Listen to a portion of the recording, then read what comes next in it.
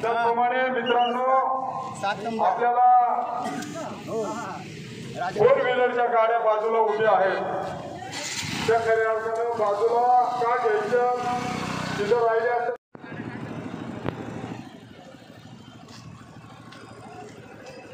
डोमसे साहेब, आपण देखील विधानसभेच्या रिंगणामध्ये आहात आणि आज या ठिकाणी पवार साहेबांची सभा आहे.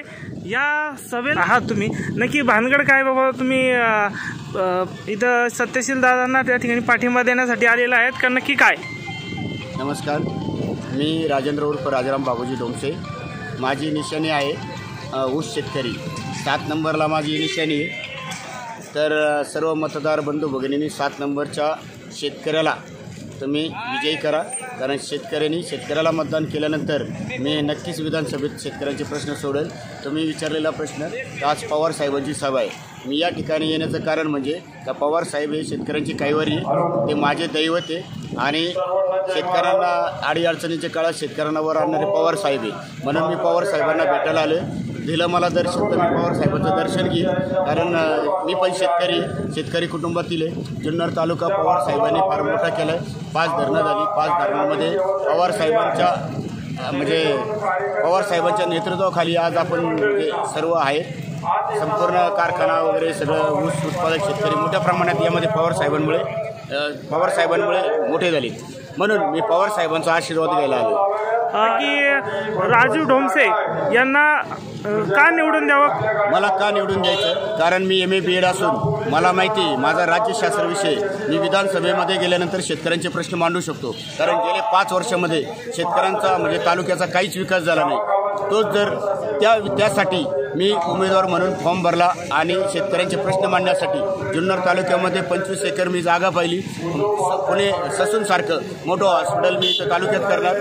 तरुणांना रोजगार नाही, त्यासाठी MIDC IT पार्क असेल, फूड प्रोसेसिंग युनिट असेल, यासारखे अनेक प्रश्न आहेत. आदिवासी भागामध्ये महिलांना पिण्याचं स्वच्छ पाणी, पुन्हा सिंचन योजना खाली आणणार. बरेच सरकारी कर्मचाऱ्यांना पेन्शन लागू, असे अनेक विषय. महिला बचत गटासाठी अस्मिता भवन बांधायचे, हे सर्व विषय अद्याप झाले नाही. फक्त रस्ते आणि गटारावर पैसे खर्च केले जातात. खरा विकास, तरुणांना रोजगार मिळाला पाहिजे. आरोग्य आज PSC जर पाहिलं तालुक्यामध्ये स्टाफ नाही, नर्स नाही, त्याच्यामुळं आरोग्य यंत्रणा सलाईनवर आहे. या सर्व गोष्टी करण्यासाठी मला एक चान्स द्या, एक संधी द्या. मी नक्कीच शेतकऱ्यांसाठी प्रश्न सोडेल. तुम्ही जर पाहिलं असेल, मी 3 दिवस जुन्नरला उपोषण केलं. मी 58 लाखाची मुतारी बांधून दिली. हे माझं काम आहे. टोमॅटोचं आंदोलन केलं, बैलगाडा आंदोलन केलं, कांद्याचं आंदोलन इथं केलं. शुल्क लागू झाली होती, ते शुल्क रद्द होण्यासाठी मी पत्रकाची होळी केली. पहिलं कांद्याचं आंदोलन केलं. माझे अनेक उपोषणं झाली. त्यामुळं मी शेतकऱ्यांमध्ये आहे आणि शेतकरी संघटनेची चळवळ चालू राहावी म्हणून मी उमेदवार म्हणून निवडणूक लढवित आहे. आपण किती मताधिक्याने निवडून याल, काय सांगाल? आम्ही 25,000 मताधिक्याने निवडून येऊ. प्रत्येक घरातून एक मतदान मला होणार आहे. तालुक्यातून प्रत्येक घराघरातून, प्रत्येक गावातून एक मत मी शेतकऱ्यांना मागतो आणि शेतकरी म्हणून शेतकऱ्याला एक मत देणार आहे. तुम्ही तालुक्यातील जनतेला काय आवाहन करा? गरीबाला मतदान करा, गरीब शेतकऱ्याला मतदान करा.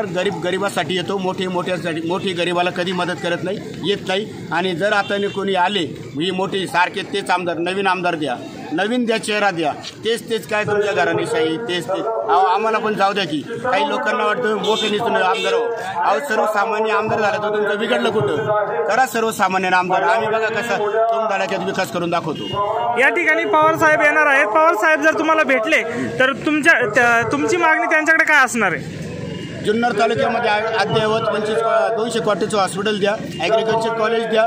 जुन्नरचा विकास इथं खुंटलाय, तरुणांना रोजगार नाही. त्यासाठी तुमच्या ओळखीनं IT पार्क आमच्या तालुक्यात झाली पाहिजे, जेणेकरून आमच्या तरुणांना रोजगार मिळेल. ही मागणी मी पवार साहेबांकडे करणार आहे. ओके, धन्यवाद. थँक्यू.